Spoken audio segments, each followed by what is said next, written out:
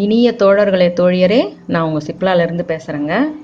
இன்றைக்கி நம்ம புடவையிலேருந்து பிரித்து எடுத்த இந்த டிசைனை எப்படியெல்லாம் நம்ம ப்ளவுஸில் வைக்க போகிறோம் அப்படிங்கிறத இந்த வீடியோவில் பார்க்கலாம். வாங்க வீடியோவுக்கு போகலாம்.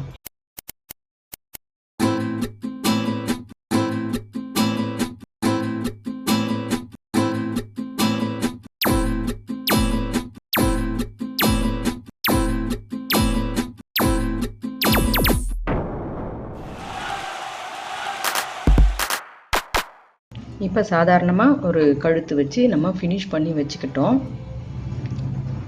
பிறகு இந்த மாதிரி டிட்டாச்சு பார்டராக இருக்கும் பட்சத்தில் நம்ம எடுத்துகிட்டு தான் திரும்ப வைக்கணும். ஏன்னா உங்களுக்கு அதில் இருக்கிற மாதிரியே நம்ம கட் பண்ண மாட்டோம் இல்லையா. இதில் பிரித்து எடுத்த அடையாளம் தெரியுது பாருங்கள். இங்கேயே நின்றுடும். ஒரு கைக்கு பாதியில் நிற்கும், ஒரு கைக்கு ஃபுல்லாக வரும். அதனால் நம்ம ஆனால் சேர்ந்த மாதிரி இருந்ததுன்னா, பார்டர் எடுக்க முடியாமல் சாரியோடு சேர்ந்த மாதிரி ப்ளவுஸோடு சேர்ந்த மாதிரி இருக்கும் பொழுது கொஞ்சம் இதை நம்ம அந்த மாதிரி பிரித்து எடுக்க முடியாது. இந்த மாதிரி இருக்கிற பார்டருங்கிறதால நான் பிரித்து எடுத்துக்கிட்டேன். இதை நம்ம சம அளவில் வச்சு கட் பண்ணி தான் நம்ம கையில் வைப்போம். இதை பற்றி உங்களுக்கு நிறைய தெரியும்.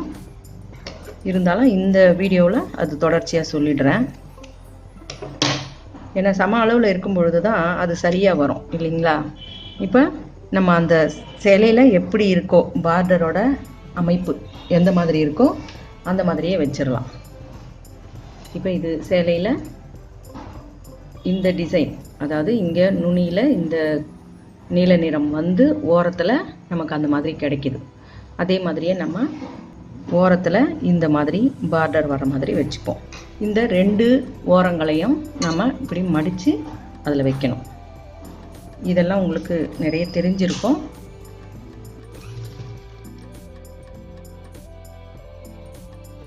இப்போ இதில் நிறைய கல் இருக்குது. நம்ம இதை கொஞ்சம் பொறுமையாக தான் தைக்கணும். ஏன்னா கல் இருக்கும் பொழுது ஊசியில் பட்டு உடையிறதுக்கு வாய்ப்பாயிடும். இந்த இடங்கள்லாம் நம்ம ஸ்லோவாக மூவ் பண்ணி இந்த கல்லோட இடத்த தாண்டின பிறகு நம்ம ஸ்பீடாக தைச்சிக்கலாம்.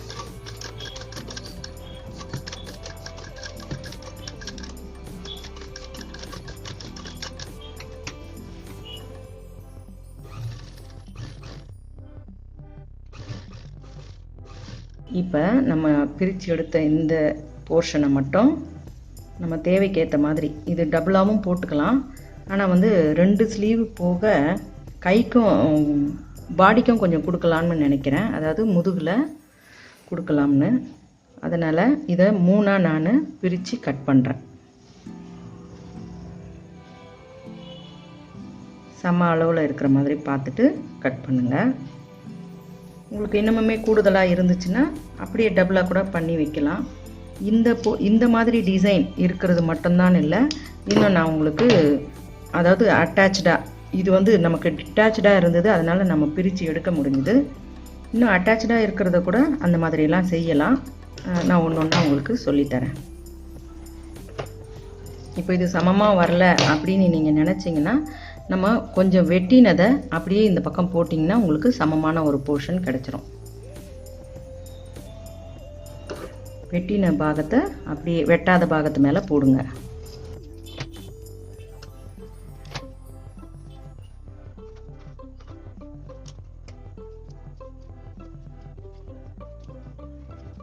இப்போ இந்த 3 போர்ஷனையும் நம்ம ஒன்றோட ஒன்று ஜாயின் பண்ணி வச்சுக்கலாம்.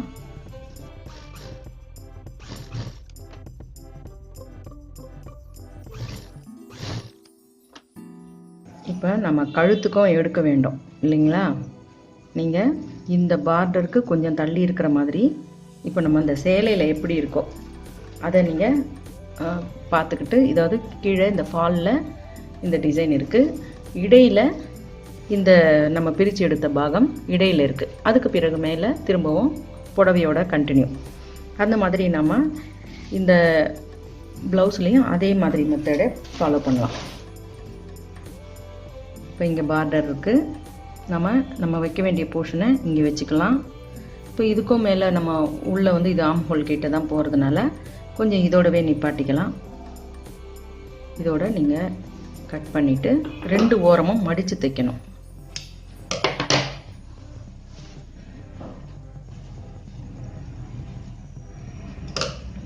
ஒரு போர்ஷனை இந்த போர்ஷனை மட்டும் நம்ம கழுத்துக்கு யூஸ் பண்ணிக்கலாம்.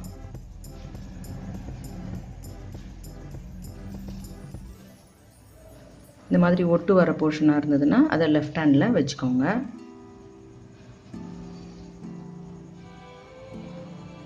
நம்ம சேலையில் இருக்கிறத அப்படியே காப்பி பண்ணுறோம். இப்போ இந்த இடத்துல இந்த பிசுறு தெரியாமல் இருக்கணும்னா நீங்கள் இதையும் கொஞ்சம் இப்படி மடித்து வச்சுக்கோங்க. இந்த இடத்துல கொஞ்சம் கேப்பு விட்டுட்டு இதை கண்டினியூ பண்ணிக்கலாம்.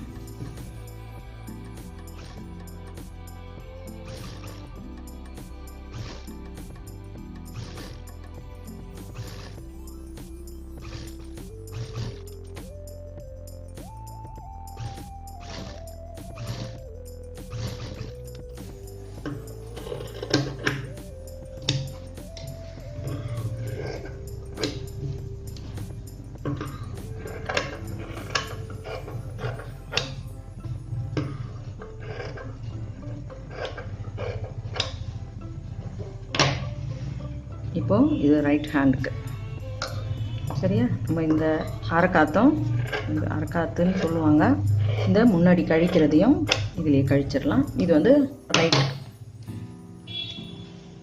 ரைட் ஹேண்டுக்கு அது. இப்போ லெஃப்ட் ஹேண்டுக்கு இது வச்சிடலாம். சேம் அந்த எவ்வளோ அளவு நம்ம அங்கே கேப் வச்சு தைச்சோமோ அதையே நீங்கள் இங்கே மெஷர் பண்ணி இந்த கேப்பை மெயின்டைன் பண்ணிக்கோங்க.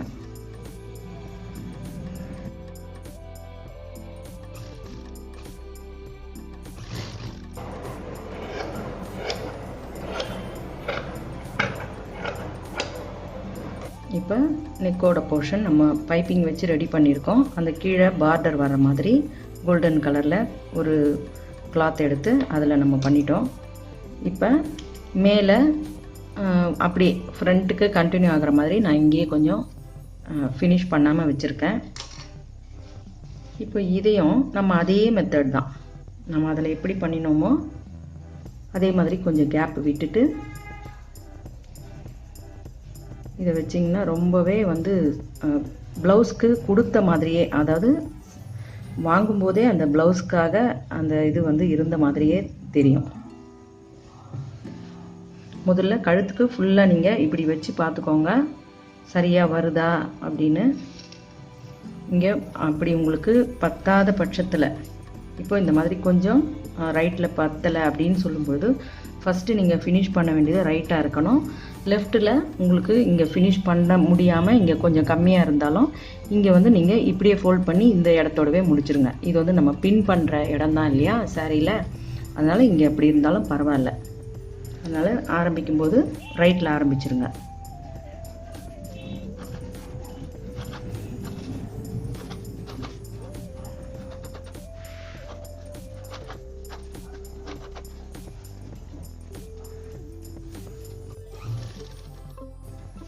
இந்த இடம் வந்து உங்களுக்கு சரியாக வரணும் அப்படின்னா நீங்கள் முதல்லையே ஒரு டிசியில் ஒரு கோடு கூட போட்டுக்கோங்க. இல்லை அப்படியே ஸ்ட்ரைட்டாக வைக்க முடியும் அப்படின்னாலும் வைக்கலாம்.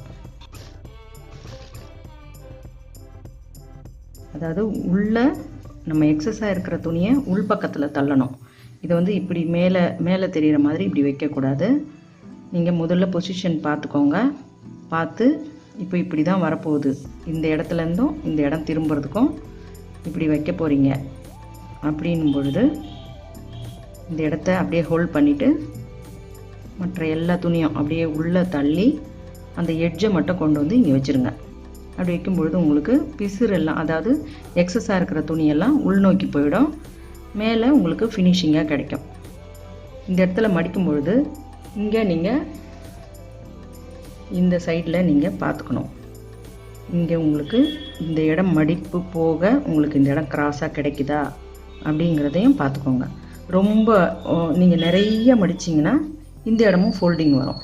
அதுக்காக நீங்கள் ஒரு கிராஸாக அதை கரெக்ட் பண்ணி இந்த கழுத்துக்கு ஏற்ற மாதிரி திருப்புற மாதிரி கொஞ்சமாக அப்படி மடிச்சுட்டு பாருங்கள்.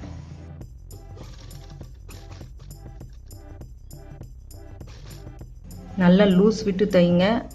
இழுத்துலாம் வைக்க வேண்டாம். இழுத்து வச்சிங்கன்னா உங்களுக்கு அந்த நம்ம வைக்க போகிற போர்ஷன் மட்டும் இழுத்த மாதிரி இருக்கும். மற்ற துணியெல்லாம் அப்படியே லூஸாக தெரியும். அது வந்து சுருக்கம் அதிகமாகிடும்.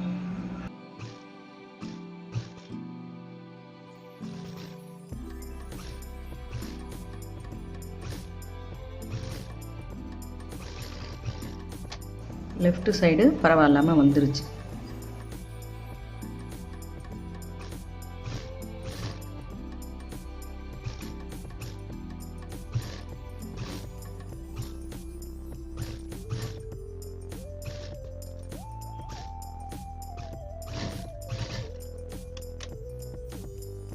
இந்த நம்ம மடித்த இடங்களை ஒரு ஸ்டிச்சஸ் போடுங்க.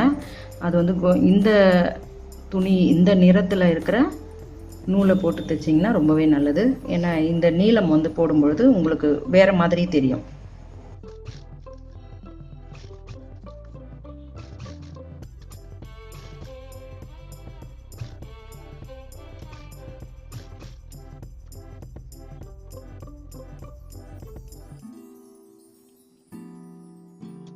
பார்த்தீங்களா?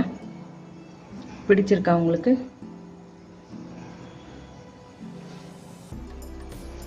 இது போடும்பொழுது நல்ல அந்த சேலைக்கு உகந்ததாகவே இருக்கும். அதாவது சேலையிலேயே அவங்க கொடுத்த டிசைன் மாதிரியே நம்ம முடிஞ்ச அளவுக்கு பண்ணிட்டோம்.